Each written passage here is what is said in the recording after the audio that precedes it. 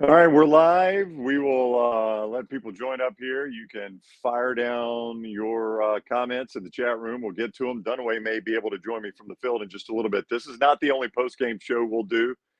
We will do one at the end of the Auburn game, but I just wanted to jump on real quick and let everybody share their opinions as the clock runs down here and people start to join us as the game ends. We'll work through the chat room. As I said, Dunaway is there in Tuscaloosa. He may jump on with us in just a little bit. I'm going to give this chance to build up. I know many of you are upset at the way this game unfolded. Alabama is going to lose this 34-24 as the clock ticks down in Tuscaloosa. I don't know where to start with it. I really do not know where to start, but let's go. Horrible 9.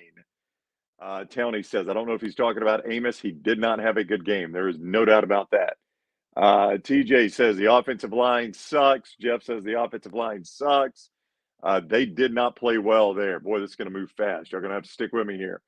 Will says that was rough. He is absolutely right. It was a difficult watch for Alabama football. I'm watching Sarkisian and Saban shake hands at midfield as it is going final now 34-24. Blake says Saban said every week just because your team started one week doesn't mean you earned it the next week. So what changed? Other quarterbacks didn't show up to practice.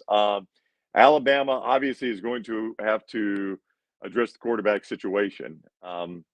They play at South Florida next week. You got a road game there where you could potentially get Simpson some snaps, Lonergan some snaps, Buckner some snaps. I don't know.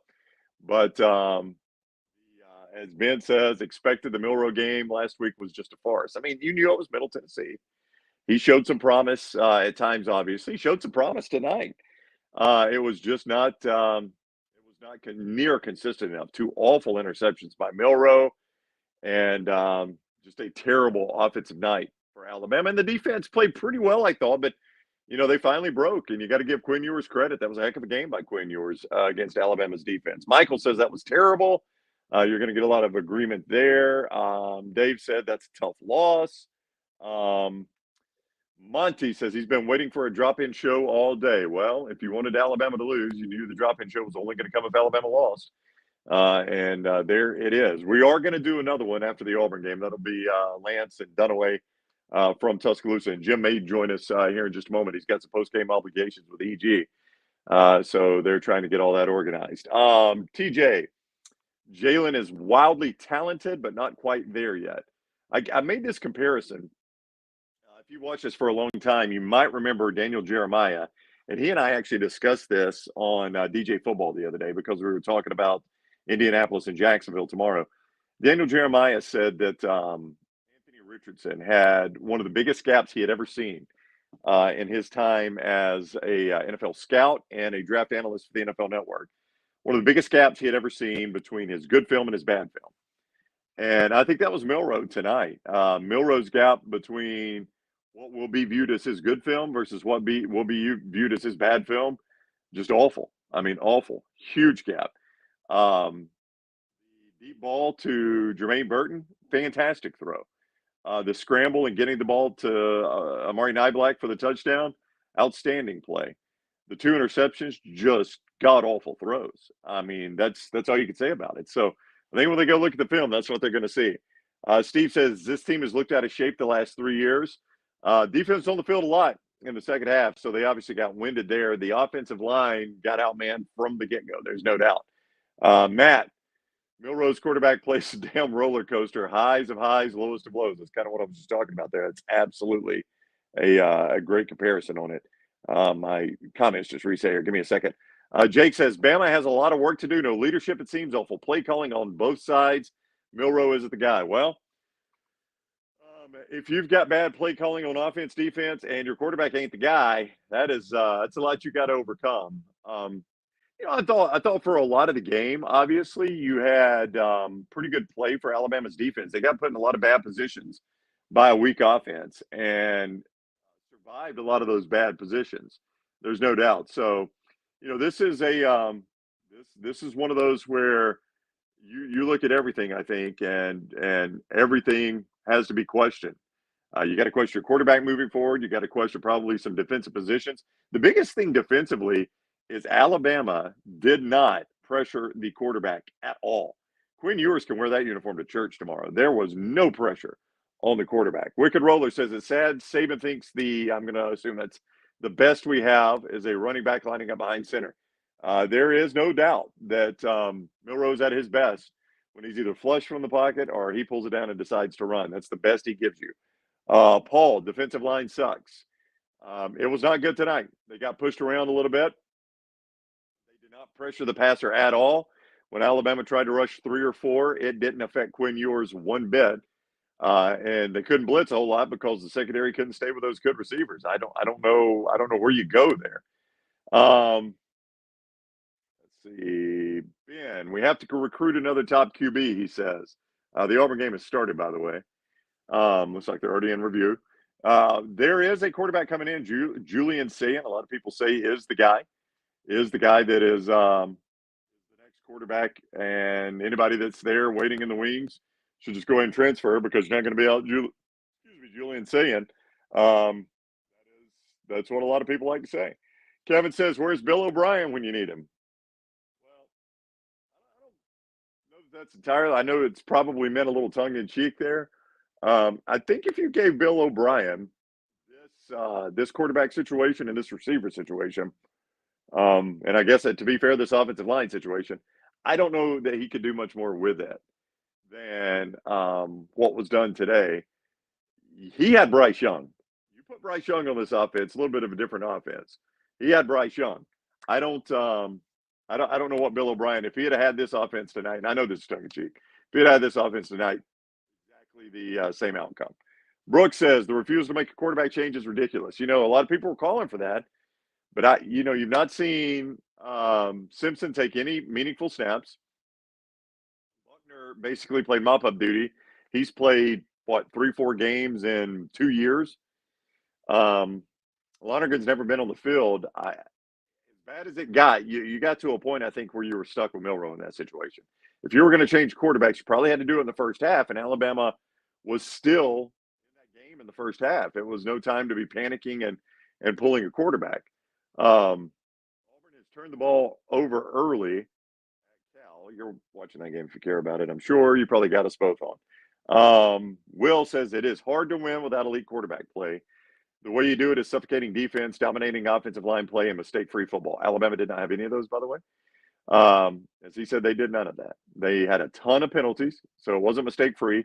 2 turnovers, missed assignments defensively. At times it was a suffocating defense. Defense, I thought, played well a lot, just not the entire game. And again, their offense put them in a bad situation an awful lot. Coach Mark says Alabama has their own Bo Nix, just chaos. I think as much as you want to bash Bo Nix in his time at Auburn, he was a more efficient passer than this.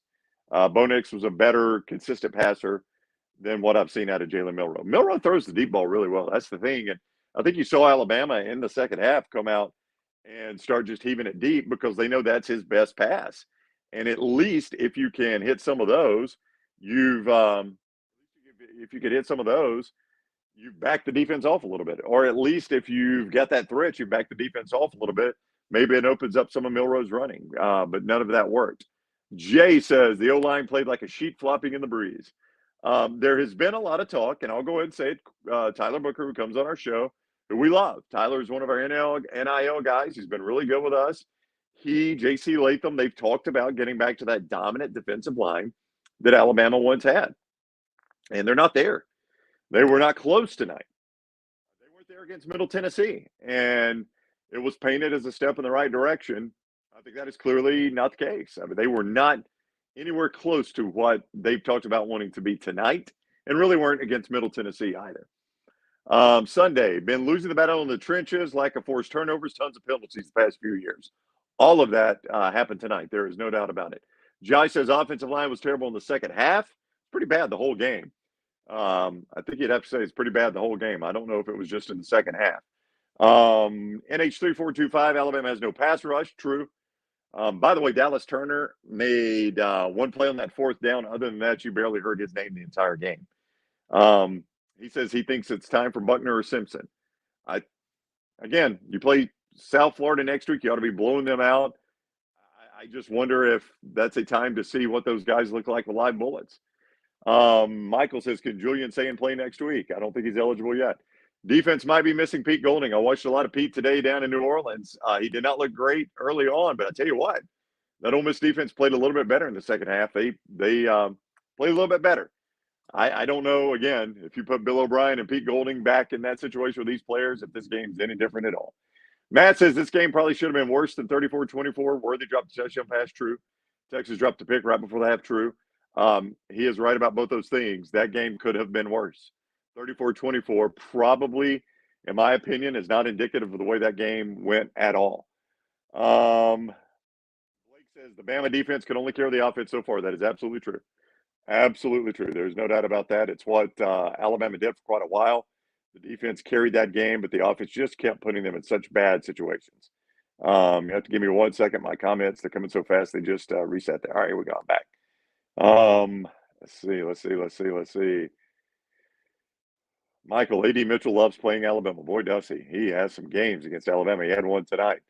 2 TDs called back on penalties, 2 inexcusable interceptions. Defense got exhausted, rough game, but you got to learn from the film. Yeah, the penalties came at bad times. There is no doubt about that. The man downfield, that's a little bit understandable. When your quarterback tucks the ball away and starts running, if you're an offensive lineman, your reaction is to release and go try to block for him to make something out of it. Milroe pulled up and threw a pass, and you're going to get a man downfield at that point. It's kind of hard to blame him for that. Listen, the issue with the offensive line that worries me more than the penalties were not great tonight. The blocking was not great tonight. But Alabama cannot snap the ball to the quarterback. Alabama can't snap the ball back to Jalen Milroe right now. About 50% of the snaps are ground balls. And I know Milroe didn't play great, but half the time he's trying to dig the ball. He's having to try to dig the ball out of the dirt just to get a pass off. All right, let me try to catch up here. Buckner and Simpson must be really bad, Austin says. Haven't seen enough of them. But Milroe's playing in front of them, so he was much better than them in practices and scrimmages. Let's see. Falcon, 2 center offside, 6 snaps at Milroe's feet. If it was only 6, I would be stunned.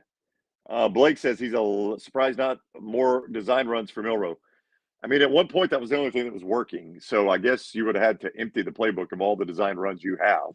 The only thing that was working was either him getting flushed or a design quarterback run and his deep ball. I mean, that was really it. And the vast majority of Milroe's passes are either passes that are almost intercepted or passes that are intercepted. The vast majority. Really, other than the deep balls, that was it last night. Brooks says, no matter tonight, at least we aren't Texas A&M. If I'm an A&M fan, it's hard for me to go to sleep tonight. If I'm a Bama fan, this one hurts because I got outclassed by a team I thought I should have beat.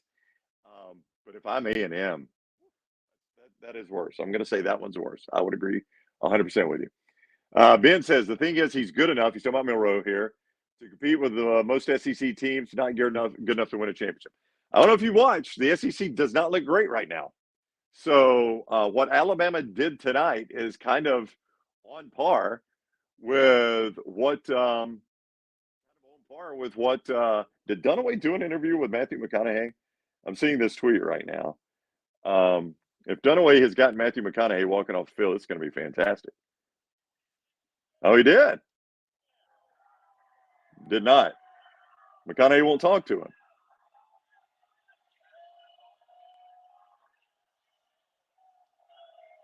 Sorry for the delay. But McConaughey won't talk to him. Wow. Pretty funny, actually. Well, McConaughey doing a victory lap, though, in Tuscaloosa. That's pretty funny. All right, so that's on at Next Run Live. Dunaway getting stood up by Matthew McConaughey. Sorry about that. I thought if Dunaway had a McConaughey interview, that was going to be epic there. He did not. So the SEC has not looked great. It looks like a conference that's quite average, to be honest with you. And I, having watched most of the SEC contenders play a decent team. Now, not everyone has played a decent team. I think Alabama is pretty much in line. We haven't seen Georgia play a decent team, but Georgia slopped around against 2 inferior opponents. Florida has played a decent team, got beat. Tennessee hasn't really played a decent team. LSU lost to a good team, a better than decent team. Ole Miss, Tulane is a decent team. That score is not at all indicative of the way that game went. I'm trying to think of all the teams. South Carolina played a good team, got drilled. Um, there's not a whole lot you could. But Texas A&M played a decent team, lost, got kind of embarrassed. So I think the SEC this year isn't right now at least particularly strong as it compares to the rest of the nation. What does that mean for Alabama? I don't know. I do not know. But they've got a lot to fix if they want to do anything beyond just compete for the West. They've got a lot to fix. Will, O-line too big and slow. We've heard about how big they are. They did look a little bit slow last night or tonight. The Notre Dame offense just isn't working. Run up the middle, throw it deep on third down. That's Mike Shula crap. That is, I will say this, that is the most Shula this offense has felt in a very long time. Maybe not in the entire Saban era, but in a very long time, that's the most Shula this offense has felt. To me, I did feel like it was Mike Shula era I was watching. So that's the most Shula they have felt in a very, very long time. Michael, Milroe is 100% the definition of all or nothing. That is what you got there. Lee says, no pressure on your secondary liability. Milroe ain't the answer. There's an excellent recap. You left out penalties. Poor offensive line play. Other than that, I think you recapped the game perfectly. Jason, wide receivers are average. QB play is not top-notch, period.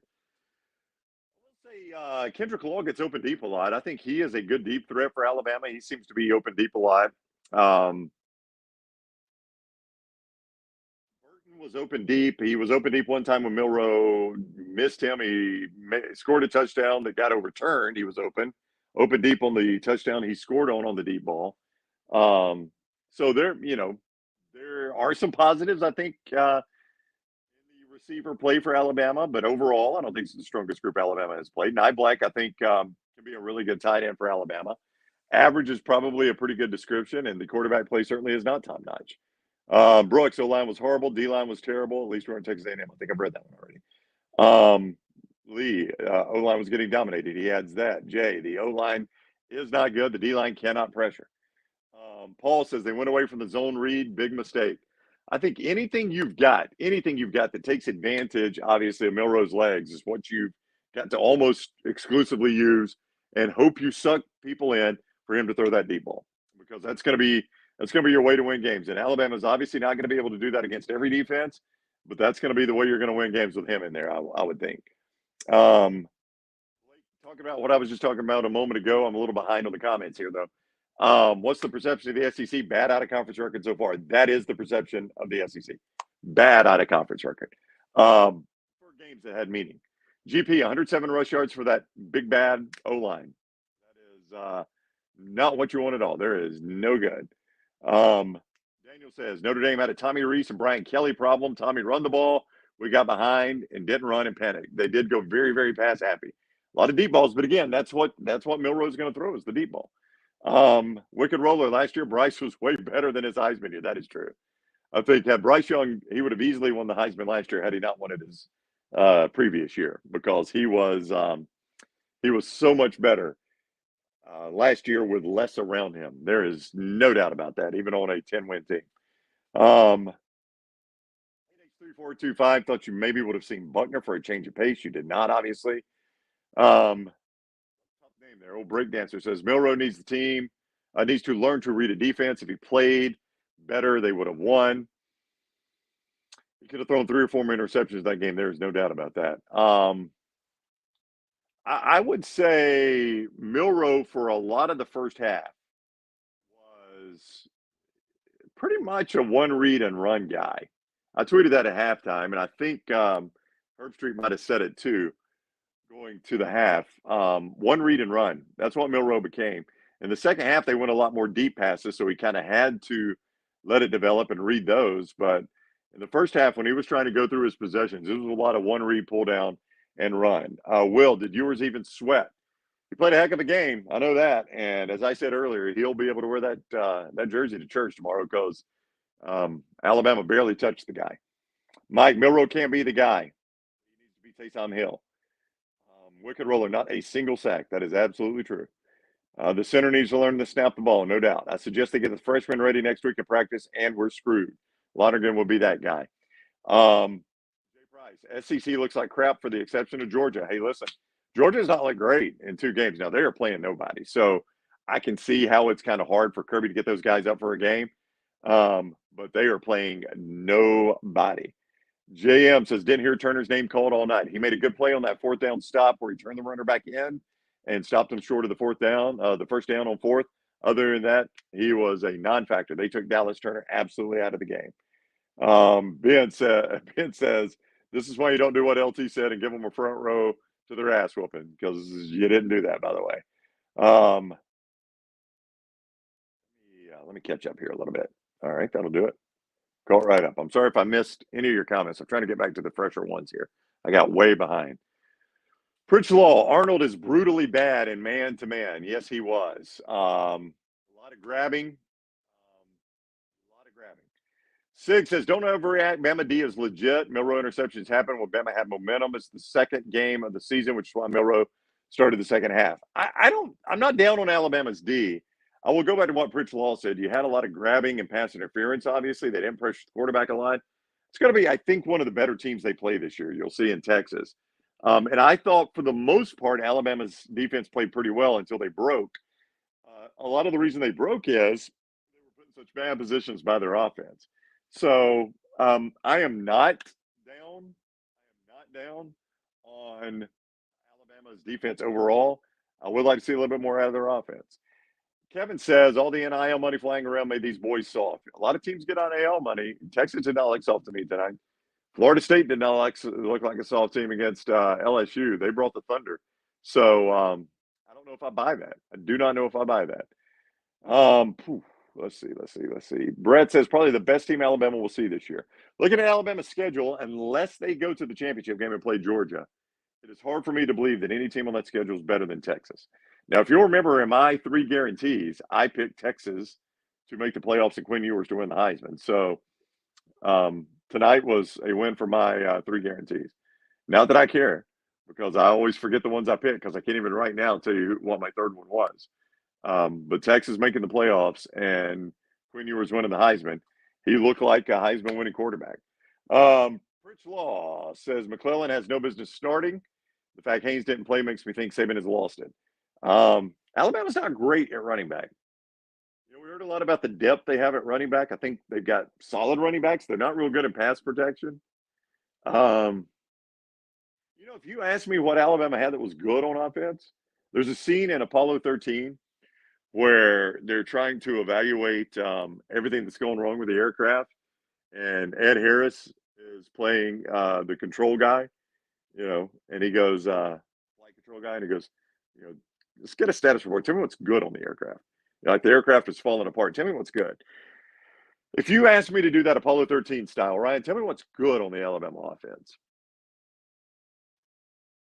I don't know how I would answer that question. What is good on the Alabama offense right now? They can't snap the ball to the quarterback consistently. Those are ground balls. Milroe is a roller coaster. Horrible interceptions. Really good deep balls. Throws a lot of passes. There's a lot of contested balls. I mean, a lot of his passes, even his completions, are very close to getting intercepted. Running backs, who's a great running back there? Offensive line hasn't been good. John has hit it. I think Niblack is the only thing I would say right now that's pretty good on the Alabama offense. I think Niblack can be a good tight end. Pritch Law says, look at all the leather furniture. Can't hide money. It's comfortable too, buddy. I spent a lot of time down here. Sorry, Simon. Audio is in and out. That's my bad. Don't know why. Shamika says, is this live? I'm going in and out. Here, let me I don't know why. Maybe that's God's way of telling me shut this thing down and watch Auburn and Cal and we'll come back later. I don't know. We can do that. No drop passes. I didn't see a whole lot of Niblack had a drop. Drops. I would say that. Troy wants Reese to adopt Gus's Delaware wing tee. Okay, guys, I know the sound's going in and out. Give me 2 seconds. I'll get rid of the AirPods.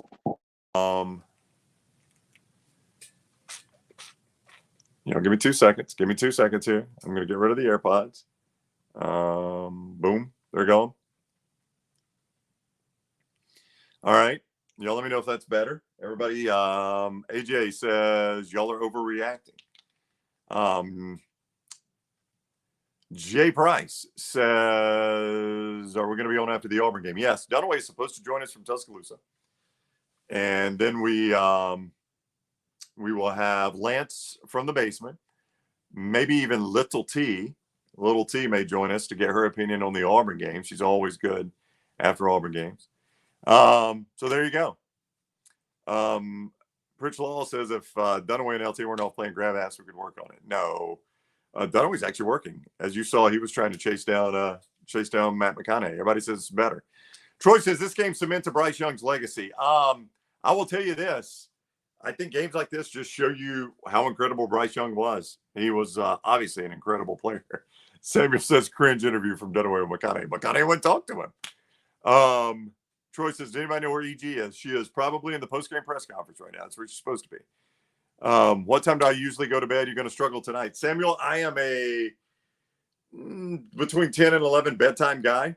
Between 10 and 11 is when I normally hit the sack. Tonight, that will not be the case. Auburn is on probably until 12:30, 1 o'clock, and then we'll be live. So it is going to be a late bedtime. We got Dolphins tomorrow. Thank goodness they're a late game for the Dolphins at 3:25. So I might get me an afternoon nap during the early NFL slate. John, no NFL quarterback, no NFL receivers. I think both those statements are accurate. I don't see an NFL quarterback or an NFL receiver out there. I saw some on the Texas side. Didn't see any on the Alabama side, that's for sure.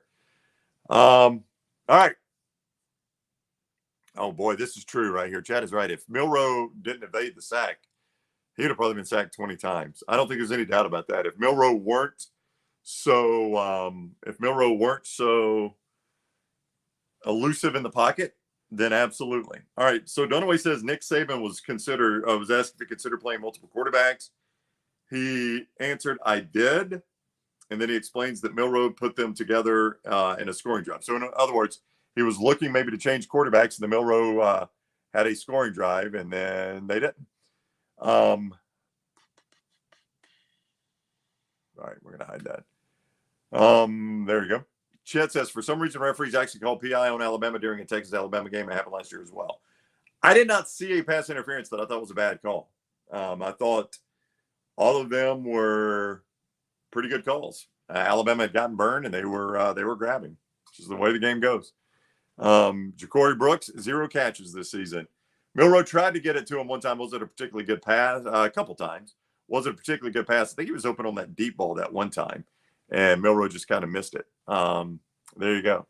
Greg from Pell City, one of our favorites. Good dude here. The crowd was there tonight. Don't know what it sounded like on TV, but Sark shined tonight. It sounded pretty good on TV, and they were commenting it on the telecast. Texas kind of took the crowd out of it.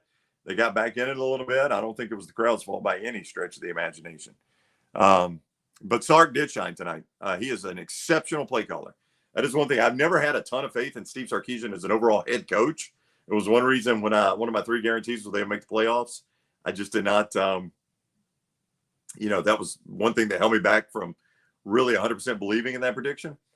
But he's an exceptional play caller. And when you see him get in rhythm, now look, he's got a good quarterback in yours, and he's got an NFL receiver or two. So that does make play calling easy. But, buddy, when he gets in a rhythm, he's about as good as anybody at calling plays. All right. I'm going to step aside here because I've already missed the entire first quarter of Auburn Cal, but we are coming back. It's only 30 minutes. I just want to give you a chance to vent real quick on Alabama losing. We are coming back after Auburn Cal. So when Auburn Cal goes final, it is nearing the end of the first quarter right now with Cal up 3-0. We will be back live with you. I appreciate you guys jumping on. I hope I let you vent a little bit and maybe you feel a little bit better. You'll have time to vent again if you're still up tonight, just after 1 in the morning probably. So hang tight. We'll be back with you then. Thanks for joining us. If you can't catch us, all we do is on demand. So go back and watch it tomorrow, okay? Will says, thanks for the therapy session. I try my best to give it to you, man. Hope it helped.